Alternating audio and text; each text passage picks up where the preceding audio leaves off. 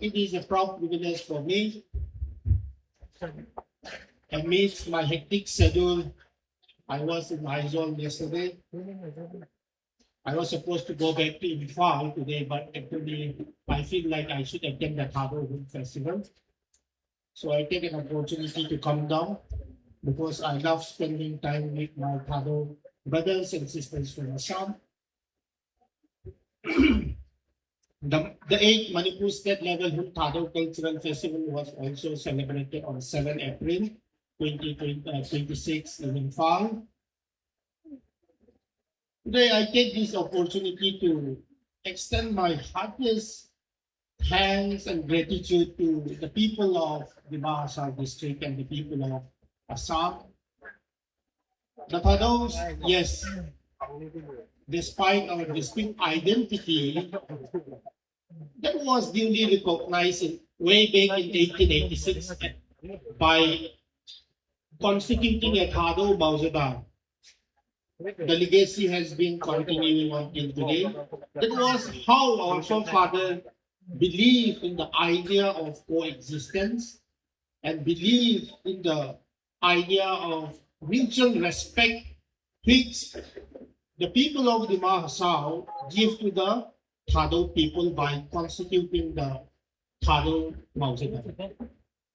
Somewhere, somehow, our history was painted black and blue with different color. But today, we have been in the position to regain back our true identity, Thado as a distinct identity. Of course, somewhere, somehow in between, Savangkut was considered as a Thado festival because with the arrival of the autumn festival, the Thados used to give thanks for the bountiful harvest. That Savangkut somehow has been converted into some other festival. And there are different types of festival which the Thado have of these Hun. Huns, etymologically it signifies time, path, or season. And during this season, the germination of the sprouting of seeds which we have sown. Muji ituwa Aungke pahi cipahi upate hogin. Cipatu seiwa, cipatu seiwa. Muji cimo tam tak kumuna bunga. Pati chan na jingwa. Hangko na ni na pao season pahi spring festival hi pinini ko hi mangkit. I also would like to congratulate the Thado people for inaugurating this beautiful auditorium in the midst of the two Thado villages, Humannong and Songbong. The government of Assam is, the government of Assam is very generous and very good for the people of the Thado. Today we are in the position to congratulate. And I also extend my heartfelt thanks to the Autonomous Council for allotting this land for the construction of this auditorium. The idea of coexistence, which our forefather has been leaving us, should continue on, and this is the only way where we are going to survive. We are going to coexist in the near future. The people of Northeast has been bounded by different factors, geopolitics, economics, and various factors. Amongst all these, the Thado communities are found in Manipur, Mizoram, and different parts of India as well. But their indigenous identity that people of the Mahasau has been putting in a very proper way is highly appreciated, and this is not found in Karbi Anglong, or this is not found somewhere else in some other parts of the states of India. I highly appreciate the people of the Mahasau for maintaining the distinct identity of the Thado people. I would like to request the Honorable Chief Guest Udavala and through today's Chief Guest, Don Painao, to kindly acknowledge our gratitude for maintaining the distinct identity of the Thado people here in the Mahasau district. with the kind permission of the Honorable Chief Guest, I will speak in my Thado language. ท่านเจ้าค่ะก็ว่าเสียงตินเกี่ยวไอโซลาปนาของเห็นมณิปูรินฟังจีนี่ก็เห็นนอนี่คือมันเจ้าจูของฟิลนุ่มจะจูกตาสตาจะของปันเห็นปัสสาวะตามจะของเพลงดิ้งเห็นปูซามูเอลเอดิงาก็ลอยพาเยี่ยมปูซามูเอลจังสันอ้อมลงอย่างของวิลมันปวดอามาGawin to go ma che kong kalso na hi ai pi chui jong ne pathinin thado nam mi pi te ho asama ilung khat te pathinin ai pi nam khat hi na a pau ne ha na zat pun te tau te nam von kim ke ai pi wa ai lo ai na man chang chu tu ni hoin adi chet pai mang thei tau ni hi ne pathin thangwa ta pe ne kum sot ta chu hi chi tha do pun hi chi o le lewin min chung i pule lewin tu ni ko hin tinam pathin ni asin che ko adi ta pa hi tu ni ko hin adi ta pa i ta lam thei ta ni tu ni ko hin pathin na ni ko ko ni no ni ko hu su ma dai tai pi hi ka ta san kha ta hin asama ka byang lo hin gohati hin dima sau district na tha do nam mi te yo sin na bon chawinปาจักนั่นเองเสกภาษาตะเป็นไงวันนี้โคหินพุ่นติกีฮีขังคาเตตั้มแต่ในปีจะขันในเหตุการณ์พักขัดไหลจึงจะวางกุศลทาดงเตียดานในที่เกี่ยวกับกจุนอ่างฮิตปนน่ะอ่างฮิตาโลพันจุทาดงเตียจุนคริสเตียนิตี้หุ่นอยู่ว่าคนในหินที่ cultural identity จงสีคริสเตียนิตี้หิน absorb a bowlingทาดงเตดิงาเฟสติวัลลิงเป็นจูคริสต์มาสฮัมกูดไฟเดย์ฮัมฮิจีตาฮิตีจีจุน cultural identity ดีเจ็ดไปที่ฮัมตีของที่ปูลายเนี่ยพุ่นที่ที่ของที่พัดไล่ขัดที่อัติมังซีที่จีจุนตัวนี้นี่ผู้เห็นอ่ะฟังเล่ะพัดจีดงจีอาจูพุ่นที่ที่เฟสติวัลขัดนาอินที่เสียมัวมีตั้งแต่หินกิโลหินที่สูงพอมัวประเทศก็มาyung patu say na sa ilawa thangko na may chamsin na ni ko ay man ahitan hichihi pati nang nung hayin tin titi na pati nin thado na mo ito asang pati bo zon te ti hito ni ko taga ko mo he inzon nung kasaytan thado ho hin nam khat hiwa mo hin ti chen na hi munchom chi hi asama yung hin thado ho hi thado ahi we tin lima sau mi pi te ho chun pu pa kham kum zahat ma sang chun ana het pi owin tha do mau za da ki ki khat eng sim pi owin ki chu tha do ho chu tha do ai we pi a het pi now hin amo yong hi hilai mu na hu sei ni hi jin hu cheng hi jin agam mi khat na sim pi te pi ben sa na chu agam mi pi ho chun eng na het pi owin ki chi dung ju ya chu ni ni kwa ya hu bin pa na teng yong na hin ipu ipatevin anak ko yu hichipa chu mangcha thado ho chu thado hi na ichi jong jing pe ding ti pa hi thado nam mi pi ku ni ni ka tu pom zo si ko ma tim na ka ga le kit mo he pin ha sei sau ta pong ka tin thado ho hi no lang pawile akon na khe ti na akon ti chu achai na aban umbe ta lo wa yen thei wa thado hiตูนก็จะพาหุ่นจิกวยหิตาหิจิกัลว่าอะไรตูนโตยงจะพาตะโพนจินหิจิกัลว่าอะไรหินิมสุตะโพนจินหิจิกัลว่านังหลอกตะโพนจินตัวคุณนายfresh start นะ fresh ที่ฮะอาทาบิไอติปัตทาอุหินตัวนี้เนี่ยตัวนี้วันนั้นคุณน่ะ zero คุณนายกิทับปัตว่าอิจิเดียวหิตีหิเจจุนอินุงเล่าว่าอีอันนั้นมัมทีวีเจลโดจิงปุนินที่ไม่นำว่าทันตัวมาจัลดิงโบวิธีถ้าเรานำมีเตียงโฟกัสอีบอลดิววิชั่นอีเนดิวให้จะป้าจูอีโบจุยดิวนะ follow อีบอลดิวให้ที่ป้าให้ตัวนี้มันก็ตัวการทีมคิดโน้มเห็นเตียงมุจิจิโบจูอาทิโลไอเลยจนถ้าเกิดเหตุว่ามุจิกิตูจูอาทิโลไอหุ่นโดนตัวถ้าหุ่นเกะเหตุการณ์บางอาจู ทิลลุยโจสีอภัลโลโจสีจงตุเนนิกว่าเฮกิจิมังสาวาทาหุดองดอกปาโกนาเฮกิทาปัดอยู่เฮกิปายองเฮทาโดนัมมิปิเตโจสีฟอร์มากะสีดโนลิงติน Facebook social media WhatsApp ไอโลวาฮีแล YouTube กิติโฮเฮนมีเห็นลุงทิมฮีอัลลาจิงตา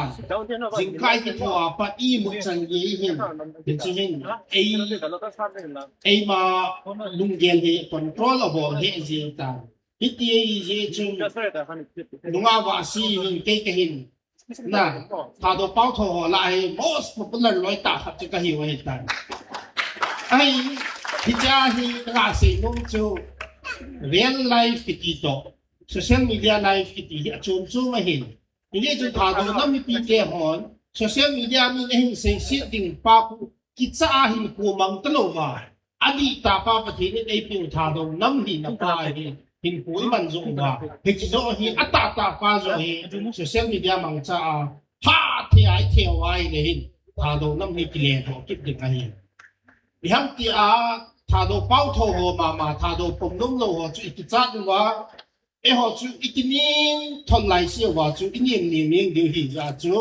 ที่โซเชียลมีเดียมันจะดันป้าจุถ้าเราน้ำดอกสังนั่นมันจะดึงปีไปตัวนี้กว่ากระสีFacebook เราเห็นเลยอาสามเราตัวที่ก็เห็นตัวนี้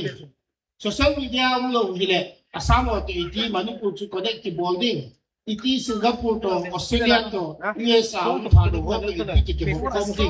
social media means of communication pali achu lampi yung hila masanga contact somlen ni chen one day so ni chula dima saw half long to ikatcho ghat ni chpinia within 5 hours ang kinumta chula all hiti stretch alampi hung ke achu mobile network ko ba hilai ka patay kitya real time ma update ki pithai ta chula video call ke bol thai ta chula hichi tabang pathin man gang ta a ki hen tu na thai ap ho hi aselang panga mang dilowin aphalanga na tha do iman ju dan pai ki thim chu ngai i paw hi tu ni ko a ta se mo ngai aji chu Facebook ma ko na hun ki het tu nge na hun ki hop nge na tha do hin boi ti ngen ki bo chu atang zo chu heja chu hichi blessing in disguise communication pahi hichi pahi effective time man the du pai tu ni ko ai poi mo he ti hi ko ga se mo hin tin ani ve na state level kum pi hin athum ve na ani ve na ka dang long ko hati adang danga na hu ki mang jom pe tin hichi na ding a chun tha do ki loi ko na PSA hi Manipuram tha do ti Manipur hi full support tha do nam ni ke ding a chuกันปีจริงเดียวนี่พะโลโลไฮโลโล false hope เอาโลโลดิ spread administration militant group อดูดากิที่หัวฮีทาโดเต aspiration ฮิโลเอทาโดเตจูติมนาวาฮีเจนคอมพิวดิบาซากะเฮปอยการบีกะเฮปอยนะ peace loving ฮีนะเป้าจูอิซาตูตามินอิซาดิงา give respect take respect นะen ni za ting amon a respect du ba hi ichen na wa pathin le se nang kum som sangi som get dam dinga hi koi na wa hi ichen khom pio to nim ti to ta chen khoma chi ting le pathin ho na pa hi phata ki su phat le thil dang hi tha do hon union territory SA adu ta ki to hi tha do ho aspiration bi lo ti zang pa na tha do na mi pyo pa ma kun ni kwa ka sei no Manipur hile, Assam hile, Mizoram hile, ho political aspiration hi, thado hon hi chita bang hile ko hi pai. Ihet su ke ding na pili ni pai. Zang pe na azit ave sei koi no hil da zang pe na thado na mi pite ko ma ka sei. Ho ti lo wai le phat man sa ko hitai.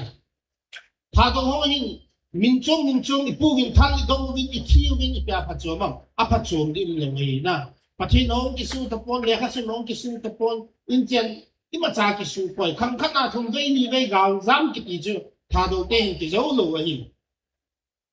90s la ya kha ve exam in 2000 la ya kha ve exam in la ve le si chi dan ka he ve boy ki patna ki se hi Manipur boy ki patna ki se hi amu lo je hin tun Manipura nam dang ho si ko he nei tai tha do ho ati dia sama un tha do hon Manipura dinga peace and restoration dengan contribution ni very big ni Manipur peace marker ng Tadote asama ko na yun ni iti Manipur civil society o Manipur government na bona acknowledgeable so kay hi kay ham sab na day nga Manipura sab na sim na dinga ay ni po hinto do Tado mo mo yun une kamzo mo go na iti Manipur tiyo so kay hi Peace is not for the timid. Sang nagtitihi, may sanahin lo. So peace is for the bold. Peace is for the courageous. Peace kitihi. Ahangsan ho ana, mi hangsan ni pasalay mo he peace kitihi. Kasi chon tado nang piten tilat sa na ding tamtay ni. Ikilat sa piyo ba patinin. Malama patay po yung wahid sa yung game kasi mana patay wang ni ham itan na diyo yan. Ibo jong jing di wahi pa yung hikunin ni po Avela taga asentit ng hintin at ipay padong chi shot town kinle bong to kito be say na lang karon kaming jaw iyong ne say with tapiting hiyo na chung may kapatong ten saying to company lang kay tihohin adang hohin Manipura pat na lang kay hohin sitin at ESA headquarter hin lang kay hohin ikite tuloy iki support ko do hin kasi nga ginawa at mansan at yung singe ti pahi ya la ka pundo tip mo din hadin lang matsalin lang itsa na ding ompo iti le hiyen na iti ni ko mi hu tam mi hom ding boy pi ngai po ta do nam ding a ti hi yen ne ti nga chu iti ding la bo chun iti ngam ding la bo chun ta do nam chu min aza ding bin respect ding ai bi chun mi respect ding hi wa ne e ho i-respect mo, iki-respect to ay on dignity ne ta hin mo ay ti pa yung ni kaya la to nga sa tin kun committee lang kayo to something to power can say how do you Dima South President Putumun how do you Assam bang do chung dang si kamun dunin ni ko ay kagin sa ngin na tamhe yemo bin at pa ke se jingin say ding yung kahede po yung le na kailang pang sadya ko na to any support Tado Assam ho chu kabol thei chana chu kan bol ding ai chu ting ne adang ho no Manipura ko na kan support jing din even tu le tu hin situation hoi lo ji hin Manipura Tado ho hi su nam kon zon na su in at he o win chi i hu do ki no ngai tu ni ko hin na hi chi hi pi ja ki he o ham ti ai hi de tu ni ko ba nga hi to ba nga hang san ta na apan thei lo ji ba hi han san ai ni ding ba tao nan giang do jing hin tin Chủ trương để thích ngôi xuống ngôi vai hồng đã cũng mình nghĩว่าจะหุ่นบวยเห็นตัวนี้ในคนอาสามาทิ้งงวยกำว่าอาสุเบย์บ้างว่าเห็นมันนี่กูเราเขาคิดสุเบย์เนี่ยทาดูดูจูอาสาอาสาอย่างนี้ดูเนี่ยจีจู in terms of census population อ่ะกูมันนี่กูเรากูทาดูว่าจู largest scheduled tribe อยู่นี่จีจูเนี่ยโปรตีนฟังจะใช้นักตัวเสียงทิ้งก็จะไปทาดูน้ำปุ่มปีน้ำบอลซาวินจะไปแข่งบอลก็ใส่เขียนลงในยังไงดำดินแล้วถ้าดูอินปีอาสามลำการเราจะเสนอเงิน DSA หรือมาสาวนี้การเบี้ยเงินน่าคุณาถ้าดูว่ามีรถเบี้ยคุณาหุ่นนี้นับว่านี่เป็นกระจายมาอินปีถ้าดูอินปีมันนี่คุณรู้สึกประเทศหนึ่งจะไปแข่งปีแต่ก็เลยยุดเล่าเลยไปขัดเล่าเป็นสารนั้นมาจากปีที่นี่จะเกี่ยวกับจะมาเตะที่ยังจูเป็นสิ่งที่จะช่วยการเตะที่ไป